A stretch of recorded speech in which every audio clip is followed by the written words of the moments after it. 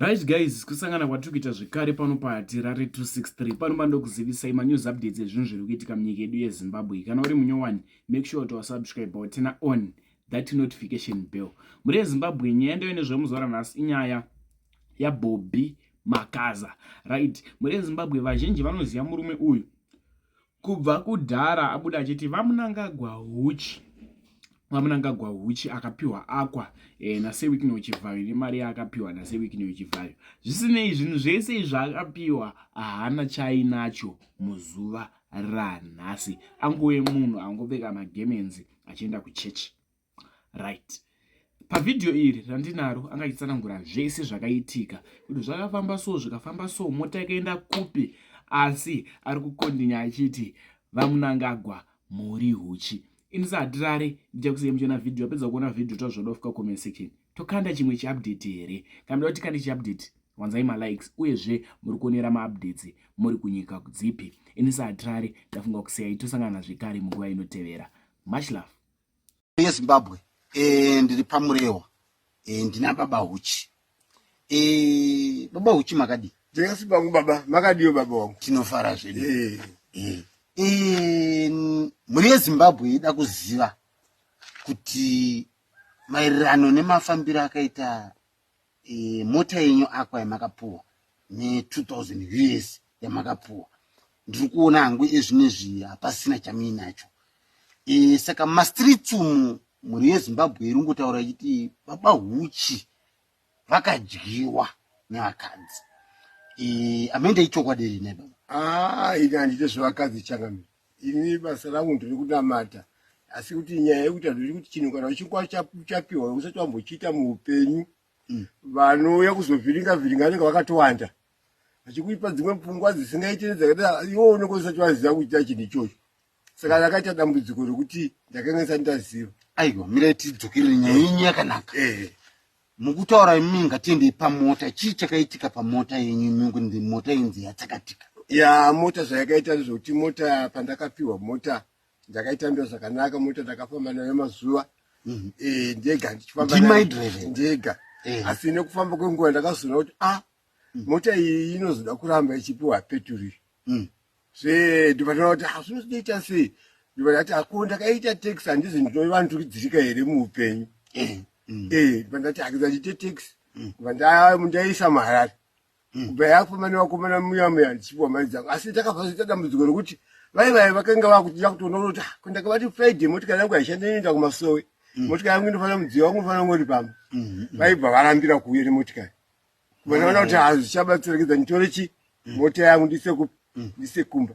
Ndakaisa kumba dambudziko iroro rekuramba mari ichipera chete rakaramba richingova richivapo. Saka ndakabva ndaiti aiwa ngaichienda parodhi. Pandakaisa parodhi ichienda kwaDandara ndopayakarohwa sambu. Ndopakatangira motikari kutambudza kuva nekutambudzika kwangu ipapo. Yarohwa sambu inini kuti ndichikwanisa kuigadzirisa sambu iya ndakanazoona kuti hapasisina zvanichatombokwanisa. Saka makazoita sei mota? Ndakaona kuti zvirinani kuti nditsvage imwe mota inyani inofamba. Pamaitengesa kubva ndaichinja kubva ndapiwa imwe mari pamusoro. Saka iya makachinjwa yacho iri kupi? Yandakachinjwa yacho nayo ibva yarohwa kuti sambu kwaMukarakati. Mapa futi wakomana iyo vaya? Ndasiya vaiva vamwe madhiraivha audhiraivhera kwaMukarakati.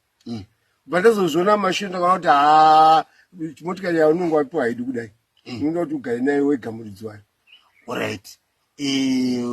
Panyaya yemota saka murati iyo yacho makachinja yacho makava maitengesa futi? Yandakachinja yacho nayo iyi ndiyo yandakabva ndazochinja futi.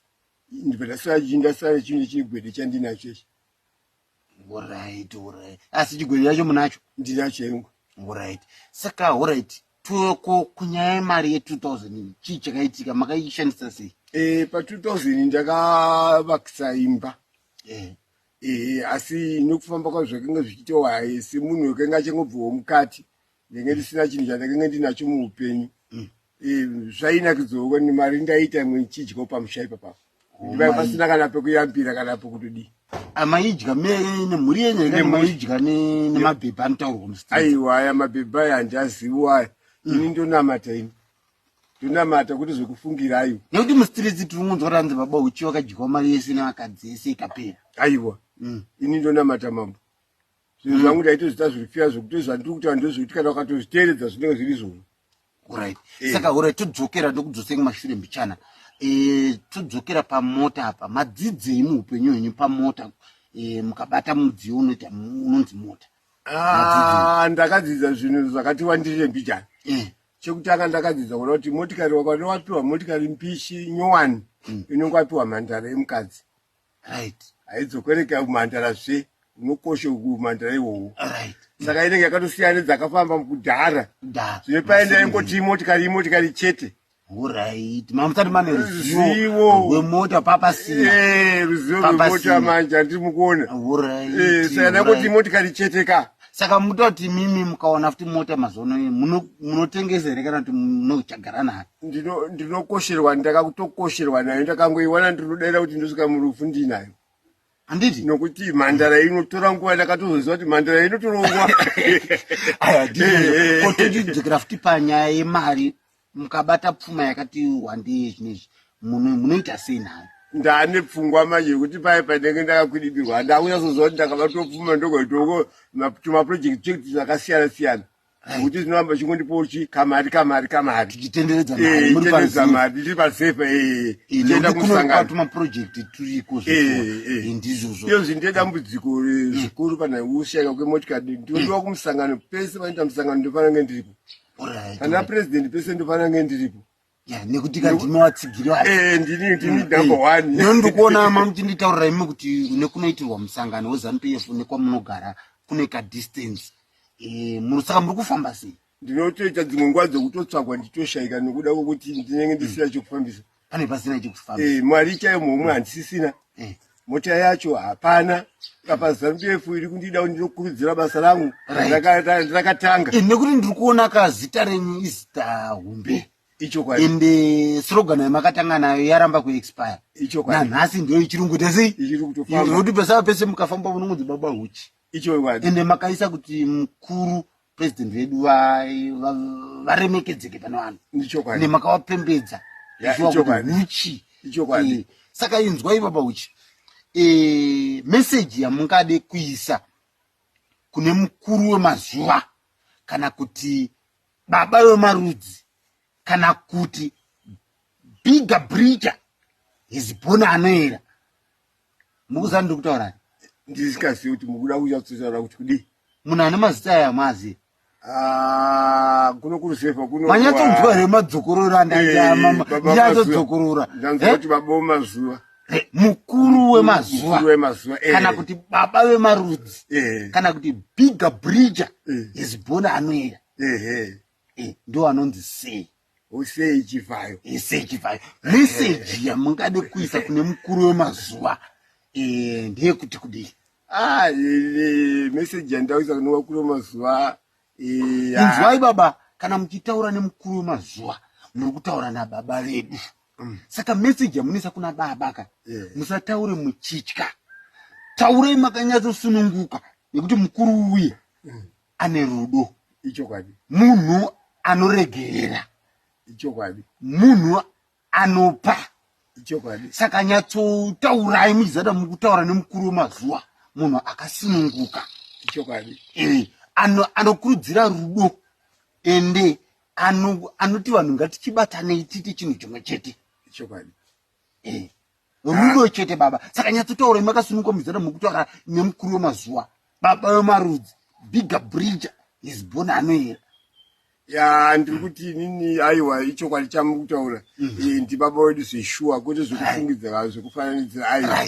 Asi chandinoda kuvangovazivisa ndechokuti ichokwadi kuti mota yangu yakaparara.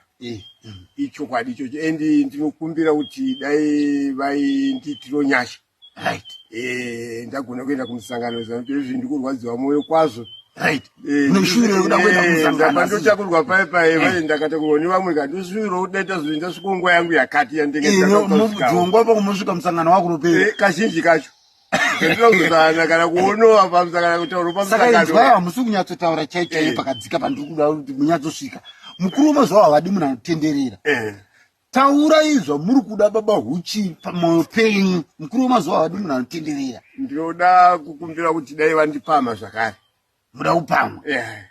Asi hamuzotinyadzisa here mukapamwa mafuta apa? Aiwa, ndiyati ndakuzivawo ndakabva ndapa chikoro ndakaenda. Madzidzawo? Ndakadzidza.